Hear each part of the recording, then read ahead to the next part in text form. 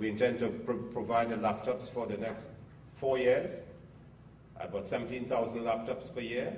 We have determined how many students will be going in next year, about 18,000, and the following year, roughly between 17,000 to 18,000 over the next 4 years, moving from primary schools to secondary schools. We have provided almost 3,000 teachers with laptops already. We may be purchasing some more for the teachers, but at the end of it all, we may provide about 8,000 to 10,000 laptops for the teachers altogether. Yesterday, I had a discussion with curriculum and the Director of Educational Services and those concerned with teacher training and ICT training. And we are now introducing slowly the curriculum with ICT in the secondary schools in Form 1. But we have to make a quantum leap this year to train more and more teachers at a higher level and get more and more of the curriculum infused with ICT. 152 secondary schools do have computer labs ranging from 1 to 6 labs, some with 70 computers in the school.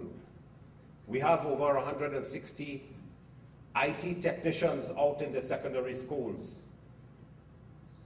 which we are paying money for. These schools have internet connectivity, and we have increased it from 3 megabytes to 5 megabytes, and we're going to 10 megabytes. We are now putting Wi-Fi into the schools so that Form 1 and Form 2 students will be able to go onto the internet from wherever they are. We have 300 primary schools with computer labs, some not as efficient as others, but a lot of it, the hardware needs to be refined and so on. We're going to make sure that your schools have the internet connectivity, and we're moving towards providing that for the 473 plus primary schools and so on.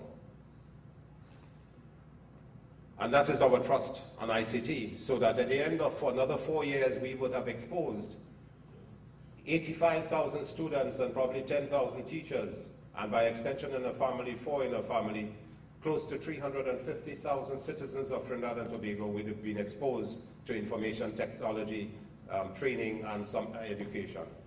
So the digital divide in Trinidad and Tobago will be less, and we will have a knowledge-based society that where education is knowing where to get information, and where to get information is education in itself.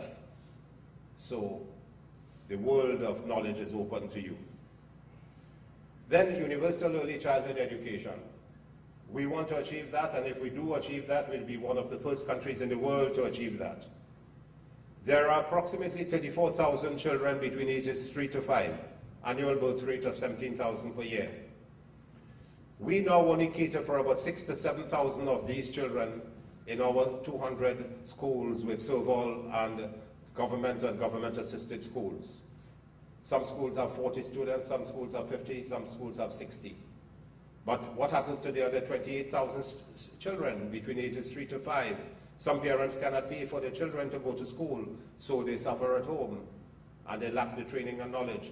And you know that 70% of the intellectual capacity and capability of children is developed within the first 7 years of life. So why are we wasting the intellectual development of our children by not having them exposed to education between ages 3 to 5? So we're developing a private sector partnership to incorporate at least 200 to 250 of these, the best ones, so that we can support them infrastructurally, we can support them by teachers, and we support them by giving them the right equipment and so on in schools for the early childhood education. That way we will achieve early childhood education. We want to improve the literacy, we want to improve the numeracy.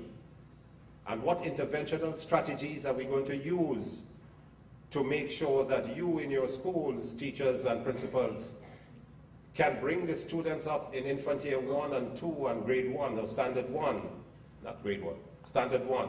These 3 areas, there must be interventional strategies to make sure that these children begin to read properly. And once their literacy improves, everything else improves. So we're going to be working with you. We have about 90 plus master's students coming out from the University of the West Indies in reading, and therefore they may come to your schools in clusters of 5 or 6 to help the teachers in literacy And I ask and I beg and I plead with the teachers today and the principals to lift the standard of literacy and numeracy in your schools. Do everything possible. Train yourself, educate yourselves in the standards and the methodologies for improving reading and numeracy. And the fruits of your labor will be shown a few years down the line.